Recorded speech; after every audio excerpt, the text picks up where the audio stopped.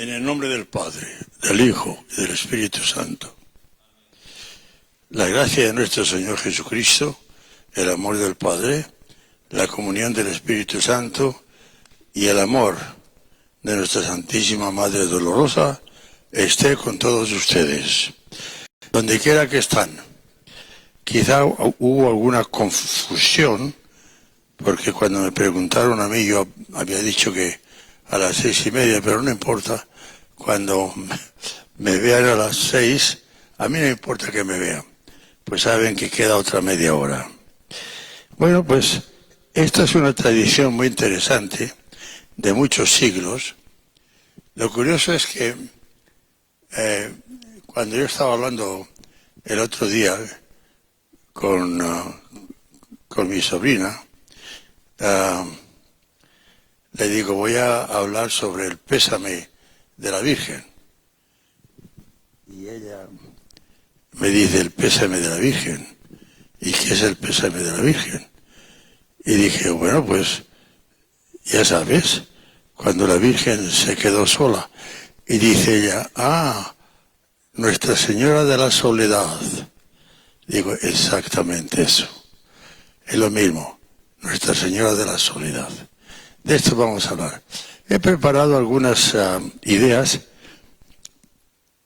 que no solo, la última sí, pero las otras están mezcladas con los pasajes de la Virgen, los pasajes de Jesús, las profecías y todo eso. Yo lo que quisiera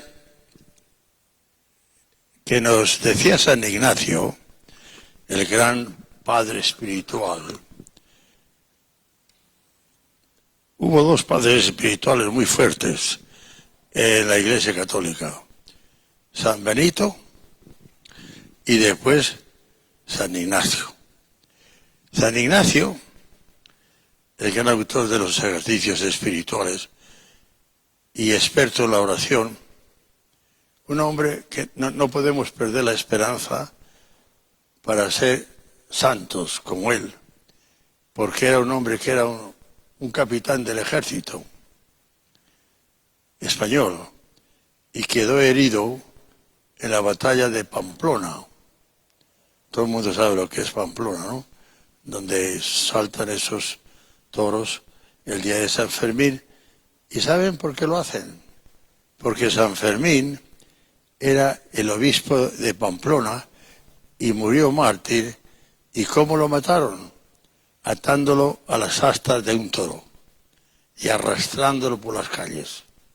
Y de ahí viene esa fiesta de los toros. Pues San Ignacio allí tuvo una herida fuerte, le rompieron en una batalla contra los franceses y después fue a un hospital para que no perdamos la fe nunca. Y allí pedía, como era capitán del ejército, pues pedía libros de caballería, libros de romance. Y en lugar de eso, le trajeron libros de santos. Y leyendo esos libros de santos, dijo esta famosa frase, y si ellos lo hicieron, ¿por qué yo no lo puedo hacer? Si ellos fueron santos, ¿por qué yo no puedo ser santo? Y un gran padre espiritual. Pues San Ignacio decía, lo primero que tenemos que hacer cuando queremos una meditación, un rato con Dios, en este caso con la Virgen, es la composición del lugar. ¿Qué significa eso? Significa que cuando nos estén mirando, no me miren a mí, miren la iglesia vacía, que significa exactamente lo que pasó a estas horas hace 21 siglos. Todo vacío. A estas horas Jesús estaba en el sepulcro ya. Y decía él, ¿quieres meditar en la soledad de la Virgen? Pues lo que tienes que hacer es pensar estar con la Virgen. Olvídate que estás en San Fernando o estar donde me escuches, no importa, no estás ahí. Estás con la Virgen, composición del lugar. La acompañas. ¿Dónde estaba la Virgen a estas horas? No lo sabemos, pero lo más probable que se quedó con los amigos de ella. Lo más probable que se quedó en Betania, con Marta, Lázaro y María, porque claro, por esta razón, Judea está a unos días de camino de Galilea. Y aunque Jesús en la cruz nos dio el extraordinario regalo de su madre y San Juan que nos representaba, le dijo, ahí a tu madre. Qué interesante que sigue San Juan que lo escribe, dice, y la llevó a su casa. Pero claro, la casa de San Juan estaba en Galilea. Lo sabemos, la casa de los Zebedeos. Y no iba a ir la Virgen a viajar a Galilea. Por otra parte, las mujeres que la acompañaron fueron las mismas que el domingo, que ahora llamamos domingo, al día siguiente del sábado, fueron a embalsamar el cuerpo de Jesús. Estaba ella, no con María Magdalena y las otras mujeres que traían perfumes para embalsamar el cuerpo de Jesús, pero ellas habían estado con nuestra madre en el Calvario.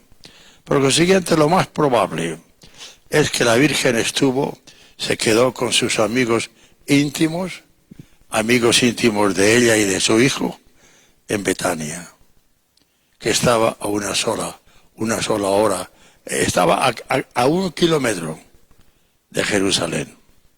Así que podemos, en esta composición del lugar, podemos ver a la Virgen acompañada con sus amigos Lázaro, Marta y María, y muchos otros que eran amigos íntimos de Jesús y de ella, en la casa de sus amigos. ¿La Virgen estaría llorando? No. ¿Dónde estaban aquellos pintores de la Edad Media que pintaron a la Virgen desmayada cerca de la cruz? El Evangelio usa una palabra en la traducción del griego, lo puso en latín y dice stabat. La palabra stabat latina significa una persona que está erguida, que sabe lo que hace, que está en plan, pues casi de testigo. Stabat. Pero algunas pinturas la vemos desmayada. Bueno, los pintores así la pensaron, pero no. La Virgen sabía muy bien dónde estaba y qué estaba representando. Entonces, en este momento lo que hacemos con esa composición del lugar, nos vamos a Betania y allí vamos a encontrar a la Virgen. Ahora, sí creo, como harían ustedes las madres, que buscaría soledad por un tiempo. Había pasado, fíjense que la Biblia no nos dice mucho de dónde estaba la Virgen cuando toda esa comedia de un juicio que no valió para nada, porque cobarde Herodes que maltrató a Jesús y cobarde Pilatos, pues ella no estaba allí. Pero yo siempre he pensado que alguien amigo de ella estaba entre la gente viendo dónde estaba su hijo, qué hacían con él, y vendría esos amigos de la Virgen: Madre, ahora está Pilatos enjuiciándolo. No sé qué pasará, pero aquello parece nada serio, una comedia. En la multitud, a mí no me gusta pensar que la multitud estaba condenando a Jesús. La gente pagada, posiblemente, por los sumos sacerdotes y los escribas y fariseos, que hubiera un grupo pagado para gritar, sí, pero un público en general no lo creo, porque no hacía mucho que había resucitado a Lázaro, no hacía mucho que había entrado a Jerusalén, y dice la Biblia que al entrar en Jerusalén una multitud enorme le seguía, y era tanto el ruido y los gritos de viva y victoria, etcétera, que claro, sus enemigos se enojaron. Y le dice: manda callar a esa gente. Y Jesús dijo la famosa frase. Ahí, así como le decía a muchos que curaba: no se lo digas a nadie. Porque Jesús no quería que creamos por milagros. Quiere que creamos por la fe en Él.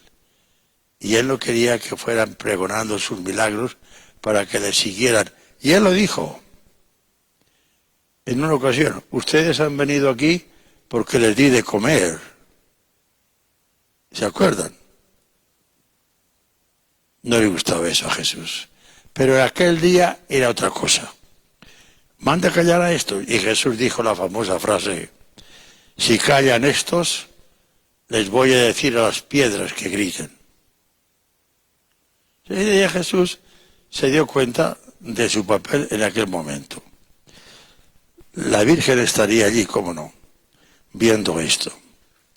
Y ya después, cuando se dio cuenta por los amigos cómo iba el juicio, se dio cuenta ella que no había remedio y que condenándola los romanos iba a terminar en la cruz. Porque en aquel tiempo, una notación histórica, Roma había quitado el gobierno, no gobierno, sino al pueblo judío, el derecho de dar sentencias, de matar. No podían, tenía que ser los romanos. Y ella sabía que la muerte a los famosos criminales, y el Salmo que lo confundieron con los criminales, era la cruz. Así que Jesús fue crucificado, pero antes, sabemos todos, ella no estaría naturalmente viendo cómo lo azotaban, no sé si ustedes vieron la película La Pasión, ¿la vieron? ¿Se acuerdan de un detalle que a mí me emocionó?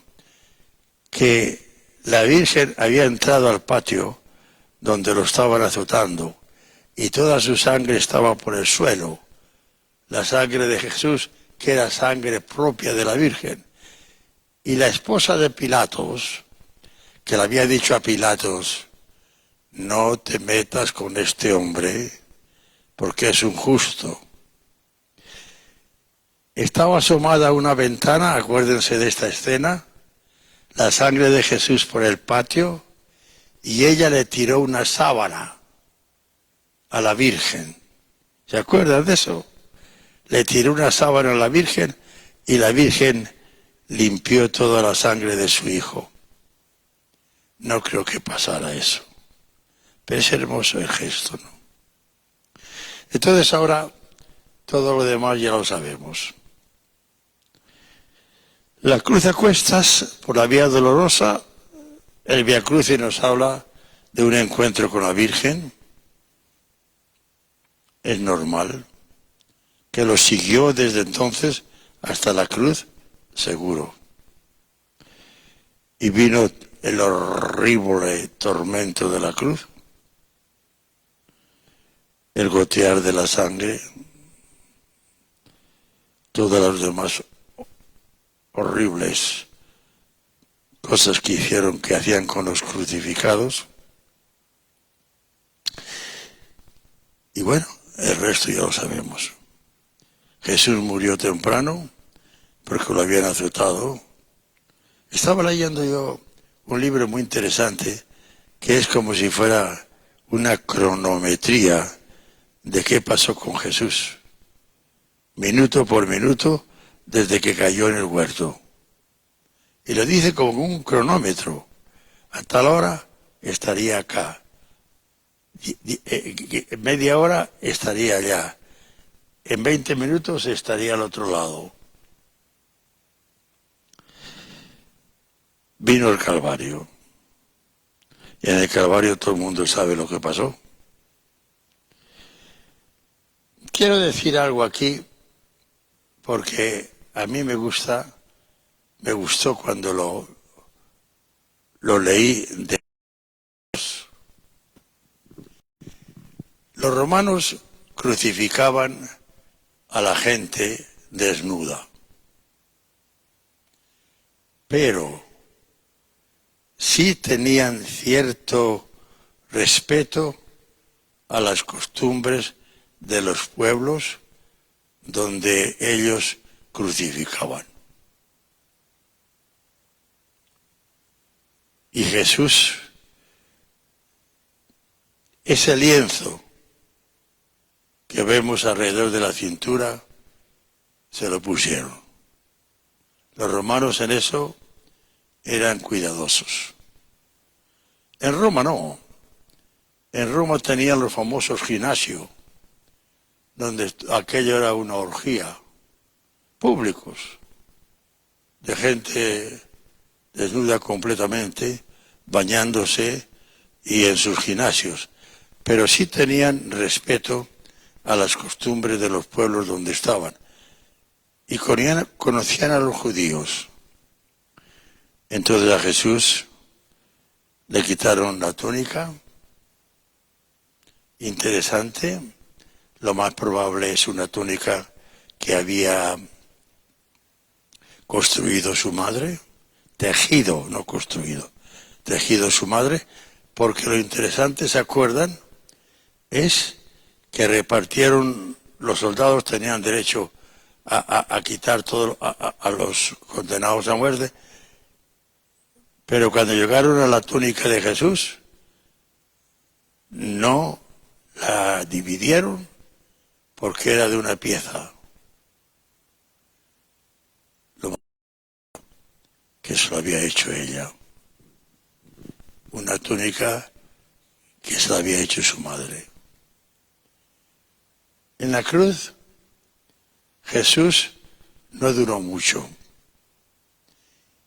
Ordinariamente los condenados, nos dice Josefo, un historiador judío que era militar, luchando contra los romanos, pero se dieron cuenta de que valía para escribir y le perdonaron la vida con tal de que escribiera la historia de Roma. José nos dice que los crucificados duraban días. Los jóvenes duraban días. Y cuando duraban tanto, ya es cuando venían rompiéndole las rodillas. Y claro, al romperle las rodillas, caían, se desplomaban y ya no podían respirar. Y se ahogaban. Cuando fueron a hacer eso a Jesús, encontraron que ya había muerto. ¿Se acuerdan de aquella primera Pascua, cuando dio Moisés las instrucciones para el Cordero Pascual, no rompan sus huesos. El Cordero Pascual, que era él, ¿no? Muy bien, entonces ya se dieron cuenta y un soldado le perforó el pecho de Jesús y salió sangre y agua. Lo bajaron. Eso sí, los romanos permitían que los familiares bajaran el cuerpo de aquella persona. Lo bajaron y aquí viene José de Arimatea y Nicodemo, dos amigos de Jesús, fariseos los dos, pero convencidos de la inocencia de Jesús. Lo bajan va a pedir permiso a Pilato y le dice, pero ya murió. Yo creo que Pilato, cuando lo vio antes, aunque ya había sangrado en el huerto de los olivos, hasta el suelo salía la sangre. Y esto lo dice San Lucas, que era un médico. Aquellas palabras de Jesús, siento terror y horror. Sangró hasta el suelo. Eso ya le debilitó mucho. Después toda la noche estuvo de Caifás a Anás, hasta que se levantara, lógicamente, Pilato, no tanto por eso, porque ellos querían condenarlo y andaban buscando argumentos. Y así fue. Como Pilato no sabía qué hacer con él, cobarde político, es inocente.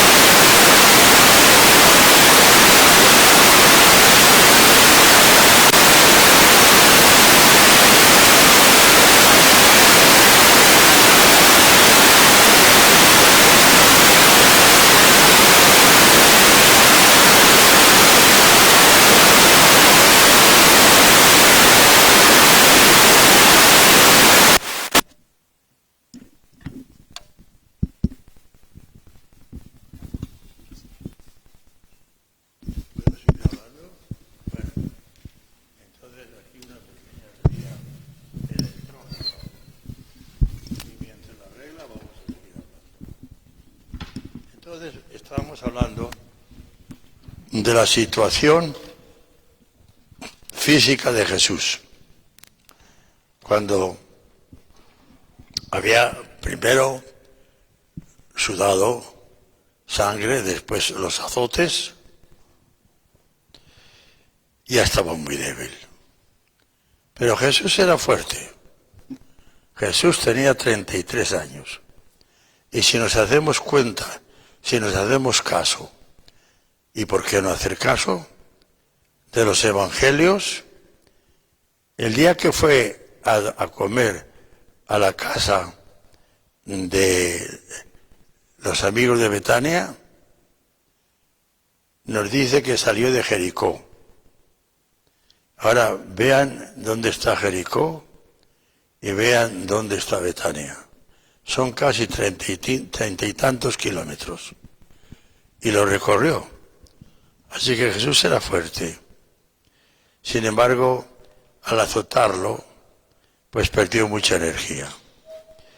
Después vino toda la noche con burlas de los soldados, etcétera, etcétera. Y ahí fue donde se debilitó del todo.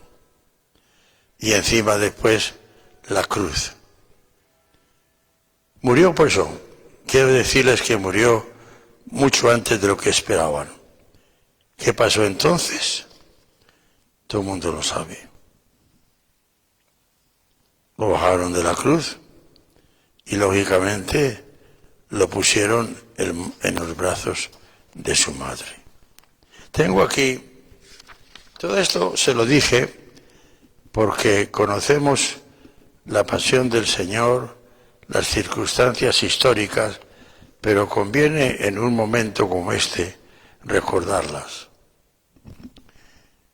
Tengo aquí ahora unas notas que las escribí para no divagar, y la primera de ellas es: Madre, ahora hablamos de ti, Virgen Santísima Dolorosa, Madre del Redentor.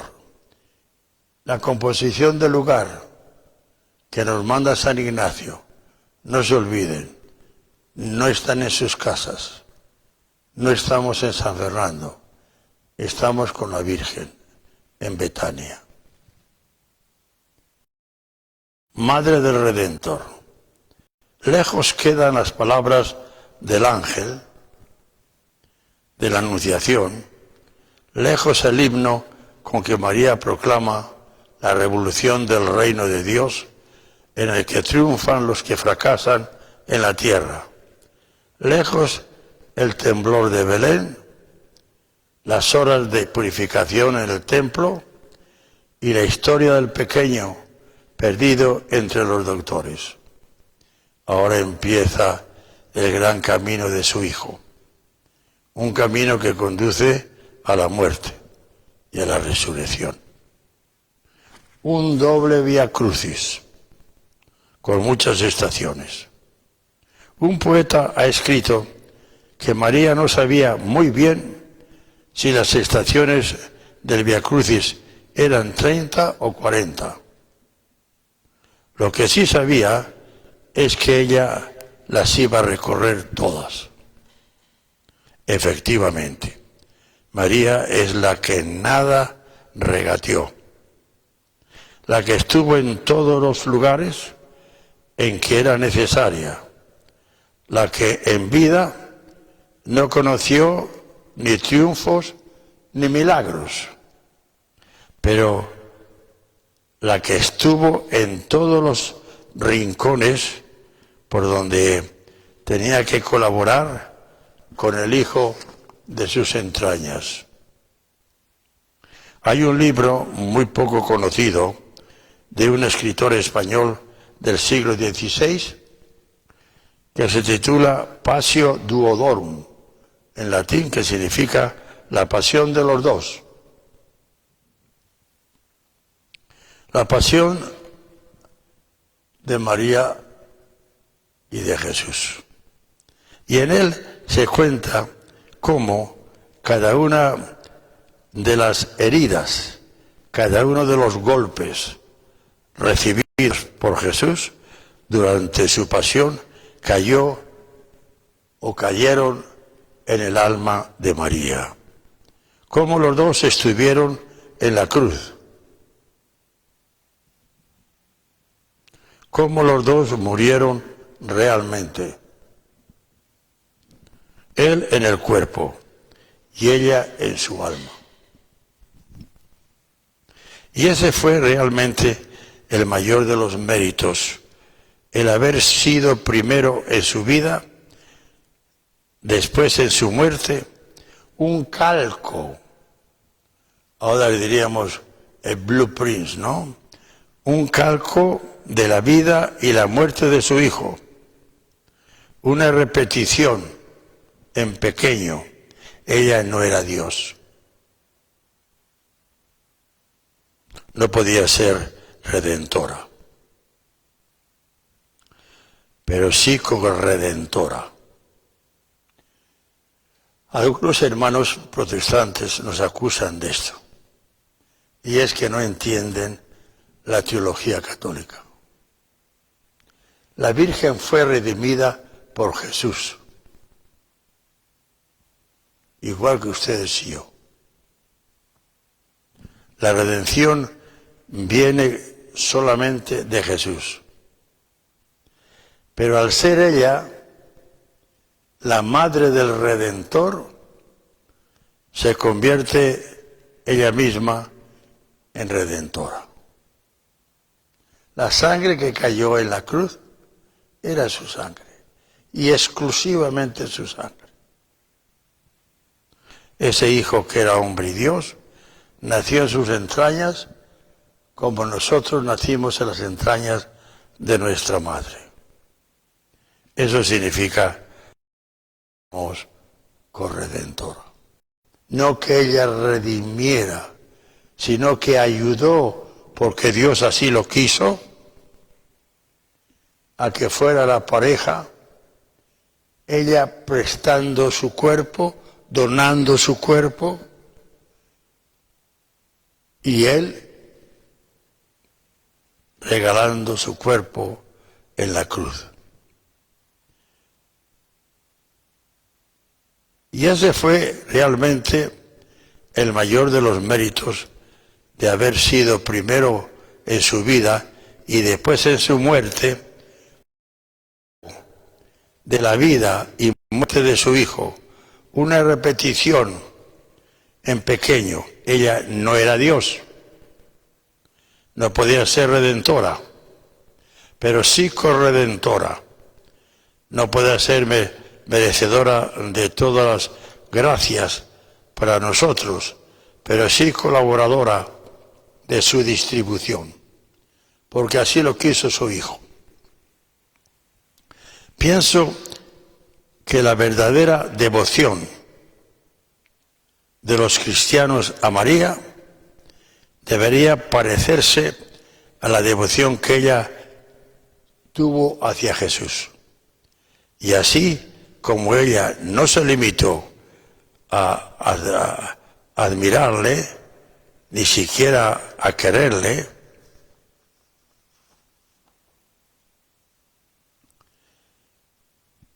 sino que se volcó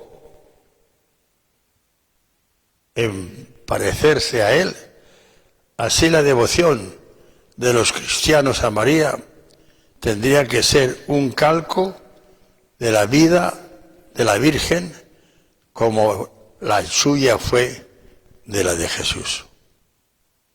Ojalá pudiéramos escribir un libro que se titulara Passio Duorum, Pasión de muchos, Paso Multorum, en la cual el original fuera Jesús, María la primera copia y todos nosotros, los cristianos, como muchas fotocopias de la Virgen.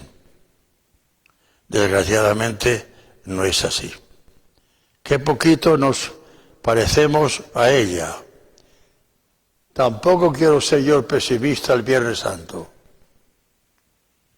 Algunos se parecieron muchísimo. Y siguen pareciendo muchísimo a la Virgen. Pero otros no. Y hoy el Viernes Santo es, para aquellos que nos escuchan, pensar, ¿me parezco yo a la Virgen?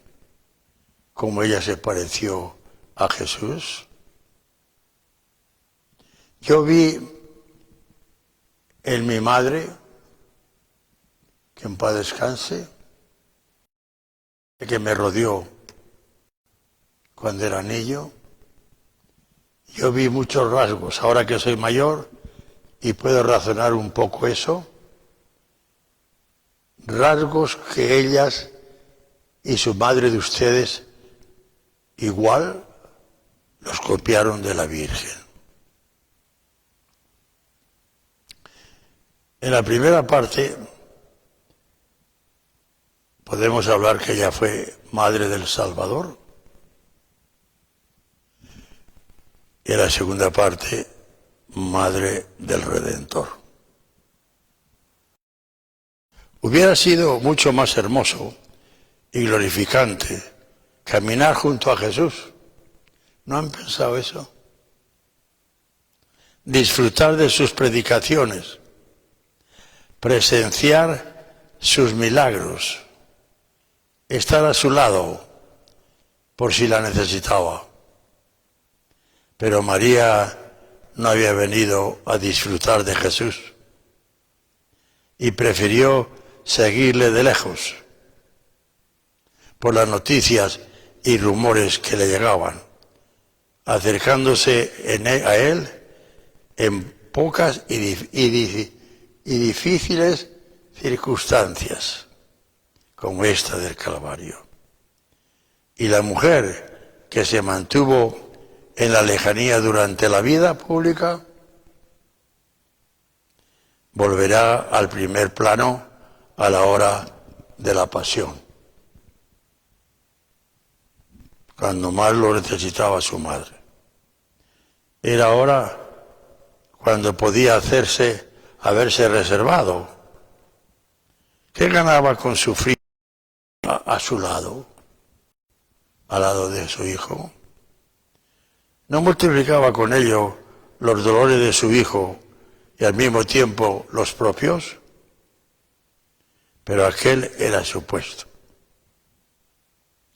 Y allí, al lado de Jesús, camino del Calvario, primero, y junto a la cruz después, allí estuvo en pie, aguantando, corredimiendo. Esta corredención se hizo sobre todo en el Calvario, viendo el gotear de la sangre de su Hijo, que era la suya, exclusivamente la suya, porque nosotros, quizás se nos olvide, tenemos sangre del Padre y de la Madre, pero Jesús como hombre no tuvo Padre. Por consiguiente, la sangre que derramó en la cruz y esa sangre que recibimos en la comunión es la sangre de Cristo, que recibió toda de su madre. Allí estuvo de pie, sobre todo para que Cristo dejara en sus manos la más hermosa, pero también la más difícil de las misiones, la maternidad de todos nosotros, representados en Juan, al pie de la cruz. No sé si hay tiempo o no. Podía pasar la segunda parte y pasar a la fe de María el sábado santo. Yo tengo eran 3 puntos, pero me he alargado bastante, ¿no? Juan? Lo que yo creo. Pues yo creo que me voy a alargar más. Al pie de la cruz con fe. A lo largo de los siglos, escritores, pintores, músicos han querido pintar esa tristeza única de María que ve a morir a su hijo. Y lo han hecho intentando resumir en ella los rostros, han intentado los rostros de todas las madres que han sufrido por sus hijos moribundos. Pero todas los pintores han fracasado. ¿Y saben por qué? Porque como escribe Bernanos, el famoso autor francés, existe tristeza humana, no existe tristeza humana sin amargura. Piensen. Y al fin y al cabo es siempre algo impura. Pero la tristeza del rostro de María era inocente, completamente inocente. Por eso no era rebeldía, sino aceptación. También yo fracasaré ahora intentando contar esa tristeza. Por eso puedo pedirles que escuchen esta reflexión más con el corazón que con los ojos. Solo así la entenderán. ¿Cómo hablar de la pasión de María con la suficiente ternura? Bernanos, en el texto que acabamos de decir, añade que si la humanidad hubiera descubierto verdaderamente quién era María, habría formado en torno a ella un muro para protegerla del dolor y de ver morir a su hijo. Es hermoso, ¿no? Pero el gran misterio es que Dios sí sabía quién era ella, verdaderamente ella, y sin embargo no la protegió. Le permitió descender hasta la misma entraña del dolor y del llanto. El mismo Dios que la había protegido de la riqueza, pensemos en esto, del brillo, de la apariencia, de todo lo que los hombres verdaderamente amamos, no quiso, sin embargo, alejarla de la cruz. Porque Dios sabía muy bien que el dolor es lo más sagrado que hay en los hombres y que la cruz es lo más alto que ha existido en la historia de la raza humana. Era necesario que ella estuviera cerca de la cruz.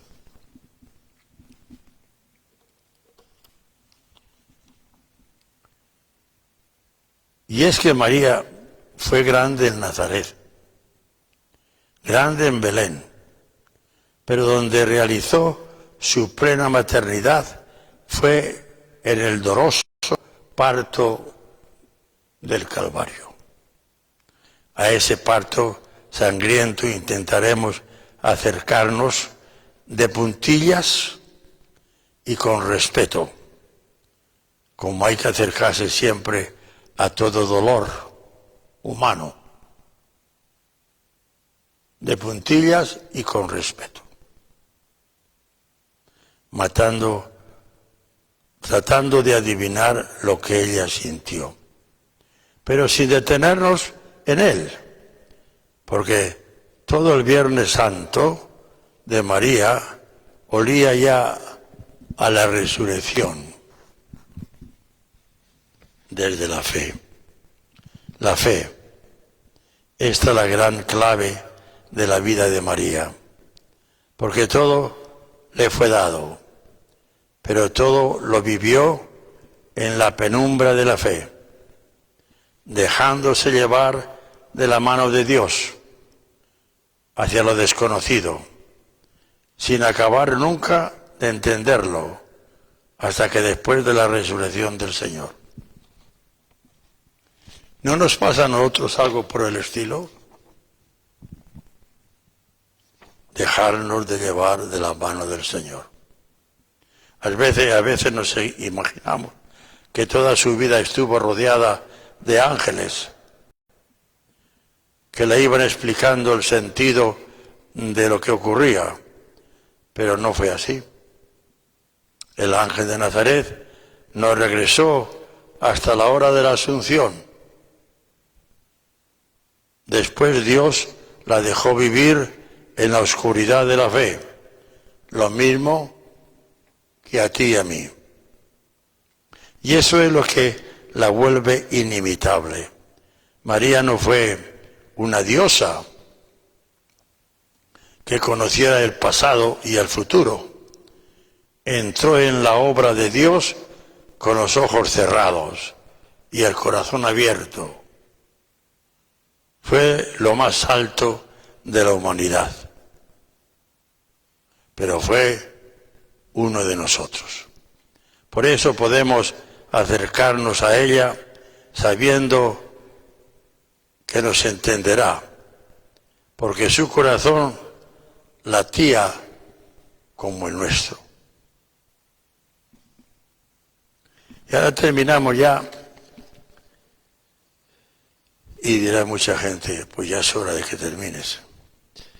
Ahora terminamos ya con la última reflexión, la más corta, que se titula Sentimientos de la Virgen del Sábado Santo. El Sábado Santo fue el día más vacío de la historia. El viernes Jesús estuvo vivo toda la mañana y según los cálculos murió como a las 3 de la tarde. Lo enteraron rápidamente porque venía al día siguiente la fiesta. Pero el sábado fue cuando Jesús desapareció por completo, enterrado en aquel sepulcro de los amigos de Jesús. Yo conocía la noche de la fe, pero nunca creí que fuera tan oscura.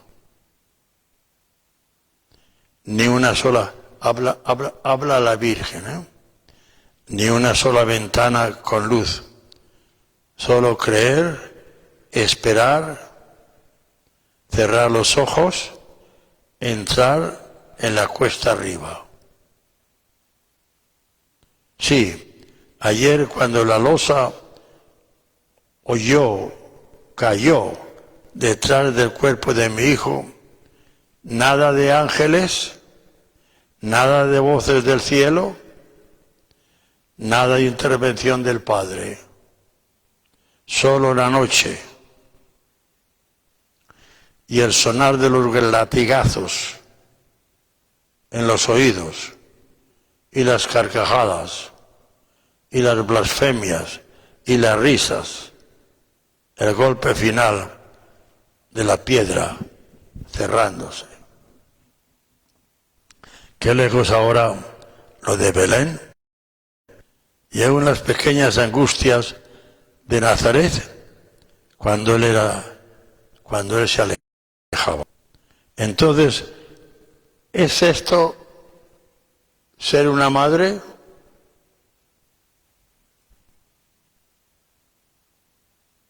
De noche no hay nada, solo la noche y la certeza de que el sol saldrá a la mañana siguiente.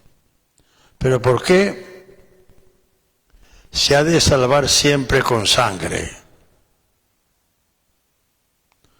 Es que son tan hondos los pecados nuestros que solo pueden borrarse con manos y frente desgarradas. No le hubierais reconocido. Ayer habla la Virgen de su Hijo. Si lo hubieras visto subir por la pendiente. Las madres olemos a los hijos desde miles de kilómetros.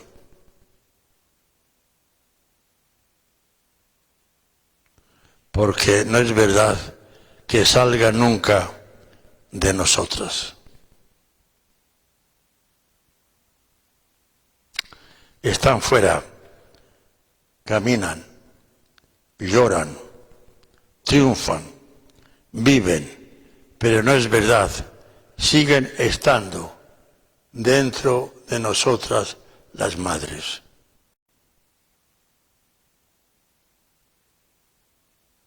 Ayer el Calvario estaba más en mi seno que en Jerusalén. Clavaban dentro, martillaban dentro. Por eso no hubo nadie junto a él. Juan, María Magdalena, todos estaban sin estar. Y hasta el Padre se fue. y nos dejó solos. Pero hubo algo más horrible todavía.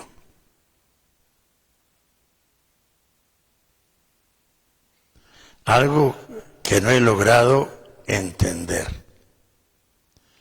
que acepto a ciegas, solo porque Él lo hizo. Y es esto: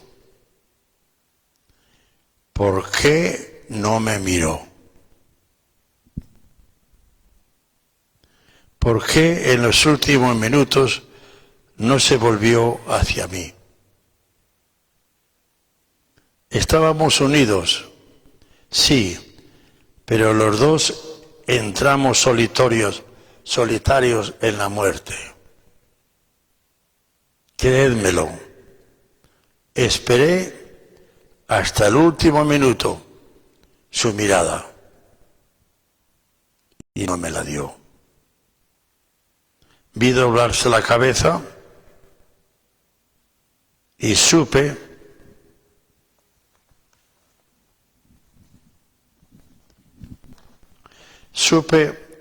que estaba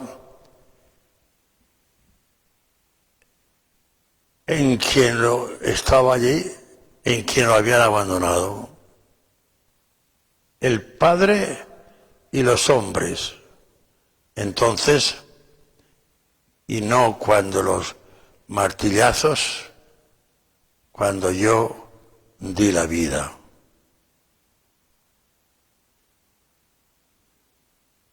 Después de muerto, volvió a pertenecerme, quitando la sangre, espinas, barro. Fui reconquistando su cuerpo y si cerraba los ojos podía pensar que le estaba lavando otra vez como cuando era un niño.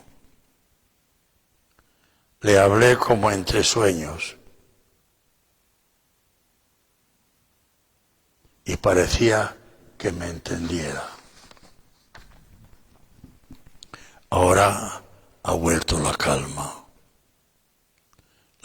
nocturna, pero calma al cabo. Ya solo queda esperar a ver la puerta que se abre y sus ojos que brillan para darme el abrazo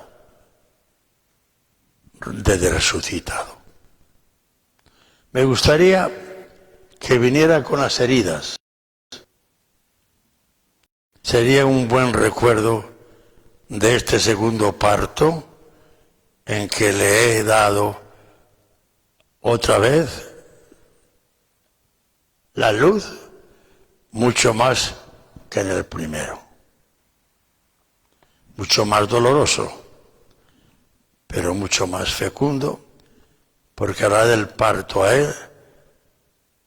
Él me escogió para dar el parto a todos mis hijos. Dios te salve María, llena eres de gracia, el Señor es contigo, bendita tú eres entre todas las mujeres y bendito es el fruto de tu vientre Jesús. Santa María, Madre de Dios, ruega por nosotros pecadores, ahora y en la hora de nuestra muerte. Amén. Que la Virgen Santísima interceda por nosotros ante su Hijo y que esta noche nos haya ayudado quizá un poco a unirnos más a ella si estábamos unidos, mucho más si estábamos muy unidos y si no lo estamos, abrazarla para comenzar esa unión que debe haber siempre entre la madre y los hijos. Que Dios les bendiga.